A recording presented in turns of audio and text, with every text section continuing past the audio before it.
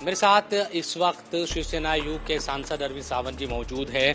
Sir, पहले तो आपको बहुत बधाई, आपको संसद रत्न मिला। बहुत बहुत खुश हूँ।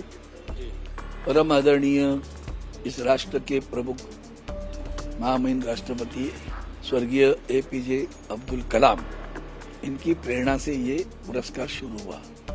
वो मुझे मिला, उसका स्वर्गीय आनंद है मुझे। लेकिन इस वक्त मुझे वंदनीय हिंदू हृदय सम्राट बाला साहब ठाकरे जी की बहुत याद आती है।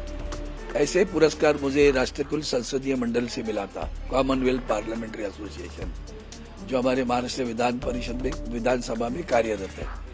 उसमें भी एक पुरस्कार मिला। तो उस पुरस्कार को लेकर मैं जब वंदनीय शिवसेना प्रमुख जी के आशीर्वाद देने के लिए घर पहुंचा, मातोश्री पहुंचा, तो उन्होंने जो पीठ पे थपथपाई थी, उसकी संवेदना आज भी मुझे होती है।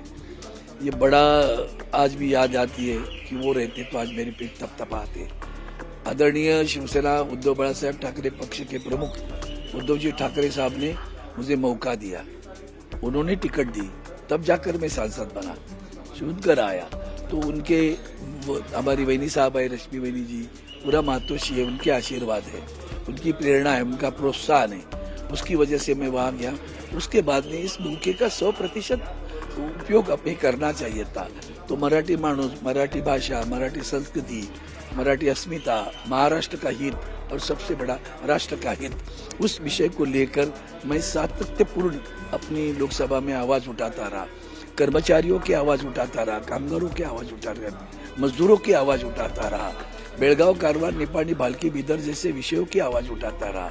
महाराष्ट्र मराठी भाषा को अभिजात भाषा का दर्जा प्राप्त करने के लिए भी मैंने जो प्रयास किए, वो भी आवाज में उठाता रहा। तो ये सारी चीजों का मूल्यांकन इस मंडल ने किया और उसके बाद मुझे ये पुरस्कार दिया। उस पुरस्कार के लिए हमारे अन्य ज्येष्ठ नेताओं का मुझे मार्गदर्शन मिला, आशीर्वाद मिले, परिवार का सहयोग मिला। सबसे बड़ा हमारे पार्टी के सारे जो पदाधिकारी है, जनप्रतिनिधि है, निष्ठावंत शिवसैनिक है, हम विकास आघाड़ी से इस बार चुनकर है, तो सभी पार्टियों के कार्यकर्ता है, और उसके बाद सबसे महत्वपूर्ण मतदाता है। जिन मतदाताओं के कारण मैं मुझे विजय प्राप्त हुआ, उनके प्रति भी मैं कृतज्ञता का भाव प्रकट करता हूँ। और ये जो पुरस्कार है वो वंदनीय हिंदू हृदय सम्राट बाला साहब ठाकरे जी के चरण पर अर्पण करता हूँ। अच्छा सर, एक सवाल ये है अब कि एक डेलीगेशन जा रहे हैं जो कि पाकिस्तान को बेनकाब करना है, लेकिन आपकी पार्टी के जो दूसरे भी नेता है वो इस पर सवाल खड़े कर रहे हैं। संजय राउत जी भी आपकी पार्टी से, हालांकि प्रियंका चतुर्वेदी का नाम भी शामिल है। आपको क्यों लग रहा है कि ये, क्योंकि उनका कहना है संजय राउत जी का कि बारात निकाली जा रही है? मुझे लगता है आदरणीय संजय राउत साहब ने जो कहा उसके ऊपर में दूसरा बयान देने की आवश्यकता नहीं मुझे लगती। सही बयान है वो। सब पहली बात ऐसी है, जो युद्ध हुआ, हमने तो पहली सबसे बड़ी बात की, जिसके लिए हमारे मिलिट्री को, डिफेंस को हमें सैल्यूट करना है। जिस ढंग से उन्होंने आतंकवादियों के अड्डे ध्वस्त किए, उसकी तो सराहना करें, जितनी करे उतना कम है। 26 निहत्थे लोगों को, निष्पाप सैलानी लोगों को मारा गया, उसके प्रतिशोध हम कर पाए क्या?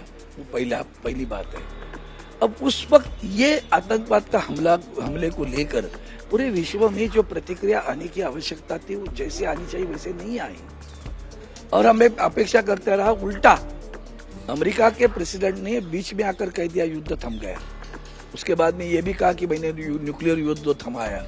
और मुझे वो स्वर्गीय सुषमा दीदी की याद आती है, सुषमा स्वराज जी। उन्होंने संसद में भी कहा था, हिंदुस्तान पाकिस्तान के जो भी प्रश्न है, समस्याएं हैं, वो सिर्फ 2 राष्ट्रों में वार्ता होगी। मैंने वार्ता शब्द प्रयोग कर रही हूँ, ऐसा भी बोला।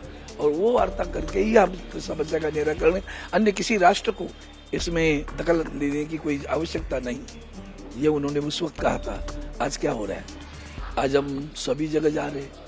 तो जिस वक्त हमें अन्य राष्ट्रों की एक अपेक्षा थी कि हिंदुस्तान सही में आतंकवादियों के से लड़ रहा है, तो पूरे विश्व के सभी राष्ट्र समर्थन में खड़े रहने चाहिए थे।